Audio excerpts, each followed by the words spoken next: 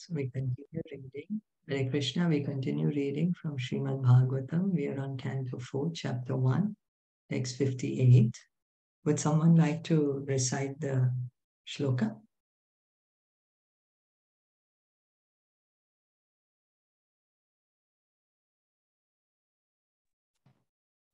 Then I'll read.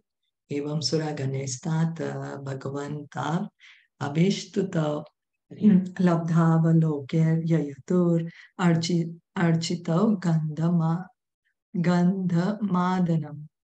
Translation by His Divine Grace, A.C. Bhaktivedanta Swami Srila Prabhupada. Maitreya said, O Vidur, thus the demigods worshipped with prayers the Supreme Personality of Godhead, appearing as the sage Nar Narayan. The Lord glanced upon them with mercy and then departed for Gandhamadana hill. So this narration is Maitreya Muni has been telling to Vidur. So we see that Bhagavatam is always heard in parampara, disciplic succession. Maitreya Muni also said he heard the story of Bhagavatam from, who was it? Parasara Muni, I think, who had heard it from the four Kumaras, who had heard it from Lord Sankarshan. So it's coming in the disciplic succession. That's how we should hear Bhagavatam. Bhagavatam should not be heard from professional reciters. Why? Because then it's not going to give us love of Krishna. It's not going to reveal to us Krishna. But when we hear from in the disciplic succession, as now we are hearing from Sukadev Goswami, we are hearing from Srila Prabhupada, then it can give rise to love of God. Reading on. Tav imau ve bhagavato harer amshav ihagato bharavya ya yacha bhuva krishna yadu kurud vaho. That Narayan Rishi, who is a partial expansion of Krishna, has now appeared in the dynasties of Yadu and Kuru in the forms of Krishna and Arjuna respectively to mitigate the burden of the world. Narayan is the Supreme Personality of Godhead, and Nara is a part of the Supreme Personality of Godhead, Narayan. So we are called Nara. Why we are called Nara? Because we are part and parcel of Narayan. Narayan is God, Supreme Lord. Thus the energy and the energetic together are the Supreme Personality of Godhead. We may say, yay, I'm God, then look, here it's mentioned. But we have to understand, we are not the unlimited God. We are not Krishna. We are tiny parts of Krishna. We are Jivatmas. Yes, the Atma is very great. Yes, but the size of the Atma is infinitesimal, 1/10,000, the tip of a hair. That is the size of the Atma. And size of Krishna, unlimited. Maitreya informed Vidur that Nara, the portion of Narayan, had appeared in the family of Kurus, and that Narayan, the plenary expansion of Krishna, had come as Krishna, the Supreme Personality of Godhead, with the purpose of delivering suffering humanity from the pangs of material burdens. In other words, Narayan Rishi was now present in the world in the forms of Krishna and Arjuna. So Narayan Rishi, he is the Supreme Lord himself, and he's the Lord himself. Krishna is Lord himself, and Arjuna is a living entity. Arjuna is a part and parcel of Krishna. So this is Narayan Rishi. When they combine together, Krishna and Arjuna combine, is Narayan Rishi. Swahabhimaninas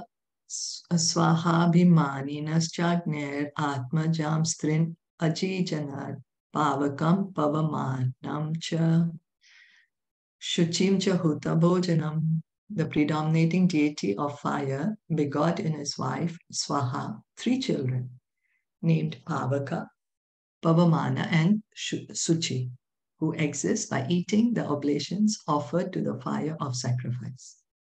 After describing the descendants of the 13 wives of Dharma, who were all daughters of Daksha, Maitreya now describes the 14th daughter of Daksha, Swaha, and her 3 sons. So now we are hearing about Daksha. Daksha, we heard, had 16 daughters, out of which 13 got married to Dharma. And then now we are talking about his 14th daughter, Swaha. Swaha had 3 sons, predominating deity of fire, begot in his wife, Swaha. So Swaha is Agni Dev's wife, predominating deity of fire. And she has 3 sons. Oblations offered in the sacrificial fire are meant for the demigods, and on behalf of the demigods, the 3 sons of Agni and Swaha, namely Pavaka, Pavamana, and Shuchi, accept the oblations. So, we do Swaha, Swaha, like that. We offer the oblations in the fire. What happens? Who gets these oblations in the fire? The fire is representing, actually, the Havan Kund, Yagya Kund, is representing the mouth of Lord Vishnu. So all oblations are first offered to Lord Vishnu. And then after Lord Vishnu has taken, then the demigods take their share of the sacrifice. And so who does the distribution? It's the sons of Agni and Swaha, and their names are Pavaka, Pavamana, and Suchi. So they are accepting the oblations that we put inside, the ahutis, whatever we put, the grains, the rice, the fruit, so many things we put in the fire, the ghee. Tebhyo agnaya sambhavan chatvaram shakcha panchacha ta evaiko na panchasat sakam pitar pitamahe. From those 3 sons, another 45 descendants were generated, who are also fire gods. Total number of fire gods is therefore 49, including the fathers and the grandfather. So there are 49 fire gods. 49. These 3 sons had 45 children. So 3 plus 45 is 48, and plus the son's father, Agni Dev himself. So that's 49. The grandfather is Agni, and the sons are Pavaka, Pavamana, and Suchi. Counting these, 4 plus 45 grandsons, they are altogether 49 different fire gods. So just now we were speaking of Yagya, and the Yagya that is recommended in this age of Kali is the Sankirtan Yagya. Because in this age of Kali, we do not have enough paraphernalia to offer in the sacrifices. To perform a sacrifice, it requires huge amounts of gold, huge amounts of ghee, valuables. We don't have those kind. So the path of perfection through sacrifices was in the age of Treta Yuga, when Lord Ramachandra came. All the sages would be always doing sacrifices. In this age of Kali, the yagya, the sacrifice that is given to us is the Sankirtan Yagya, the chanting of the Hare Krishna Mahamantra. That is recommended in the scriptures for us. Vetanike karmani yan nama bhir brahmavadibihi agneya ishtayo yagne nirupyante agnayastate. These 49 fire gods are the beneficiaries of the oblations offered in the Vedic sacrificial fire by impersonalist brahmanas. Impersonalists who perform Vedic fruitive sacrifices are attracted to the various fire gods and offer oblations in their name. The 49 fire gods are described herewith. So the fire gods, they are accepting the oblations from especially the impersonalists. Especially the impersonalists are offering the oblations to these 49 fire gods. Impersonalists mean those whose knowledge, who realize God as light. That God is only light. So that's impersonalist. And then we have the yogis who see the Lord as the Paramatma in the heart. And then we have the bhakti yogis who understand that God is a person, Krishna is a person. The light that is coming from his body. Like there's a bulb, light bulb, and the light comes from the light bulb, like that. And then Paramatma is Krishna's feature by which he is pervading the entire universe, entering into every atom of the universe, and as well as entering into the heart of every living entity. So in our body right now, it's not only that we are sitting, the Jivatma, next to us, the Paramatma is also sitting. So there are two, Jivatma and Paramatma, different personalities. We can never become Paramatma. We always remain Jivatma. Hare Krishna. Why does it say only the impersonalists of obedience? They're calling out. They're especially because calling out to these 14. And for other people, like the personalists, they don't. If you notice, actually, when we hear, like, for example, Dashrath Maharaj, when he's doing the sacrifice, there's then he's Lord Vishnu comes himself. So they are offering to God himself, Lord Vishnu himself. And before, in Treta Yuga, then God comes in front of them. Some of them, if the sacrifice is performed very purely. At least I remember for Dashrath Maharaj, that Lord Vishnu comes to, and then he gives him the boon that you will get these sons. Right.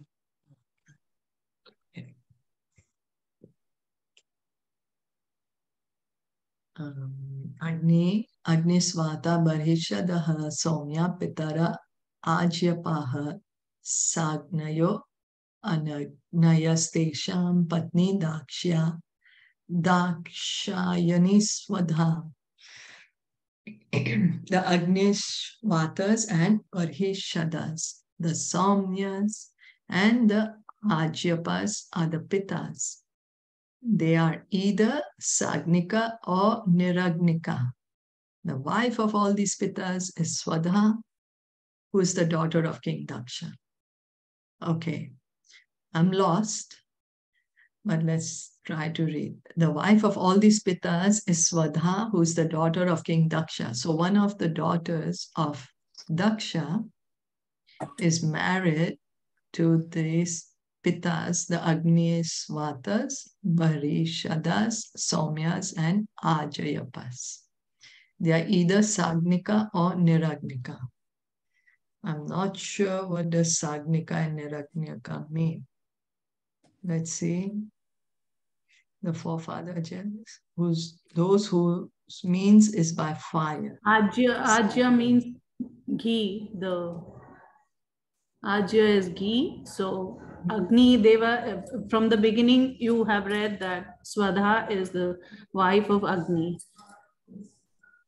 Yes, Swaha, yes. So these are all forms of Agni, like Sagnika is with fire and some without fire. That is the Ajya. Some Ahutis will take fire, some won't. Some relinquish the fire also. Oh, okay. Thank you. Thank you. So then we'll read on. Tebyo dadhara kanye dve vayunam dharinim swadha ubhete brahma vadinyo jnana vijnana parage. Swadha, who was offered to the Pitas, begot two daughters named Vayuna and Dharini, both of whom were impersonalists and were expert in transcendental and Vedic knowledge. So these were great daughters, Vayuna and Dharini. They understood the Lord, they understood the Vedas, they were expert in transcendental knowledge, and they understood the Supreme Lord as the Brahman, as the Brahma Jyoti. So it's a great thing also to even understand that, God exists and that God is light. Bhavasya patni tu sati bhavam devam anuvrata atmana sadarsham putram na lebe guna shillata. The 16th daughter, whose name was Sati, was the wife of Lord Shiva. She could not produce a child, although she always faithfully engaged in the service of her husband. So Sati, she's the 16th daughter of Daksha. She's the wife of Lord Shiva. Gunashilataha, by good qualities and by character. She was of a wonderful character, but she did not have a child. Pitari aprati rupe sve bhavaya nagase rusha apraudhaivatmanatmanam ajahat yoga samyutam. The reason is that Sati's father, Daksh, used to rebuke Lord Shiva in spite of Shiva's faultlessness. Consequently, before attaining a mature age, Sati gave up her body by dint of yogic mystic power. So Sati committed suicide. She gave up her body by dint of yogic mystic power. She had that power in which she gave up her body. Why? Because Daksha was always inimical towards Lord Shiva. And Sati could not bear it. She is a chaste wife, we just heard. And so she could not bear it. So she gave. And we are going to hear about the pastime. Lord Shiva, being the head of all mystic yogis, never even constructed a home for his residence. Sati was the daughter of a great king, Daksha. And because his youngest daughter, Sati, selected as her husband Lord Shiva, King Daksha was not very much satisfied with her. Therefore, whenever she met her father, he unnecessarily criticized her husband, although Lord Shiva was faultless. Because of this, before attaining a mature age, Sati gave up the body given by her father, Daksh, and therefore she could not produce a child. Thus, in the Bhaktivedanta purports of the 4th canto, 1st chapter of the Srimad Bhagavatam, entitled Genealogical Table of the Daughters of Manu. So Daksha, he never liked Lord Shiva because Daksha was proud. He's a great Prajapati. He's one of the progenitors, very great king. So, huge opulence, wealth, surrounded by opulence. And here is Lord Shiva. He's just covered in ashes. He doesn't even have a home. And then he feels that his daughter, she's married beneath, that he couldn't understand the great position of Lord Shiva as a pure devotee of the Lord. He was just looking at Lord Shiva with very material eyes. And so because of his constant insults, Sati could not bear it, and she gave up her life. We are going to hear about this pastime in more detail. It's going to come up. It's in this chapter. Daksha curses Lord Shiva. Vidura Vacha bhave shilavatam shresthe daksho dohitir vatsalaha vidvesham akarot kasmad anadrityat majam satim. Vidura inquired, why was Daksh, who was so affectionate towards his daughter, envious of Lord Shiva, who is the best among the gentle? Why did he neglect his daughter Sati? In the 2nd chapter of the 4th canto, the cause of the dissension between Lord Shiva and Daksh, which was due to a great sacrifice arranged by Daksh for the pacification of the entire universe, is explained. Lord Shiva is described here as the best of the gentle because he's not envious of anyone. He's equal to all living entities, and all other good qualities are present in his personality. So Lord Shiva, he's one of the Mahajans. He's a pure devotee of the Lord. And because he's a pure devotee of the Lord, of course he sees everyone with an equal vision. He sees everyone equally, all living entities equally. And very good, he is, Lord Shiva is very easily pleased. He's very easily pleased. He is so merciful, even to the ghosts and hobgoblins, that just to, deliver them. He wants to deliver them. So he's so merciful, giving mercy to everyone. The word Shiva means all auspicious. No one can be an enemy of Lord Shiva's, for he is so peaceful and renounced that he does not even construct a house for his residence, but lives underneath a tree, always detached from all worldly things. There's something to consider. Lord Shiva's wife, she is the material energy herself. Material energy. So Lord Shiva is the lord of this entire material energy. He can build a palace for him if he wants, for himself. But he says, no, what is his mood? His mood is, I don't want anything for myself. I just want to serve Lord Krishna. That is his mood. Because Durga Devi is his wife. Parvati, Durga Devi, Sati. These are she's the material energy. And we are all running after this material energy. We want this opulence. Here, Lord Shiva, he is so renounced. She is his wife. She's serving him. But he's like, I don't even want a house. I'm fine on the mountain. So then, why was Dakshu offered his beloved daughter to such a gentle personality, inimical towards Lord Shiva, so intensely that Sati, the daughter of Daksh, and the wife of Lord Shiva, gave up her body? So I don't know if we may not have time to read the whole thing today. Should we stop here? Yes. Okay. Anyone wanted to add or comment on anything?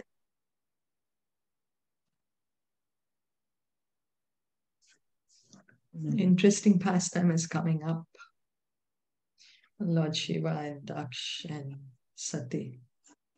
So we'll continue reading tomorrow. Srimad Bhagavatam ki jai, Srila Prabhupada ki jai, Gaur Bhakta Vrinda ki jai. Hare Krishna. Thank you so much for listening and joining, and Hare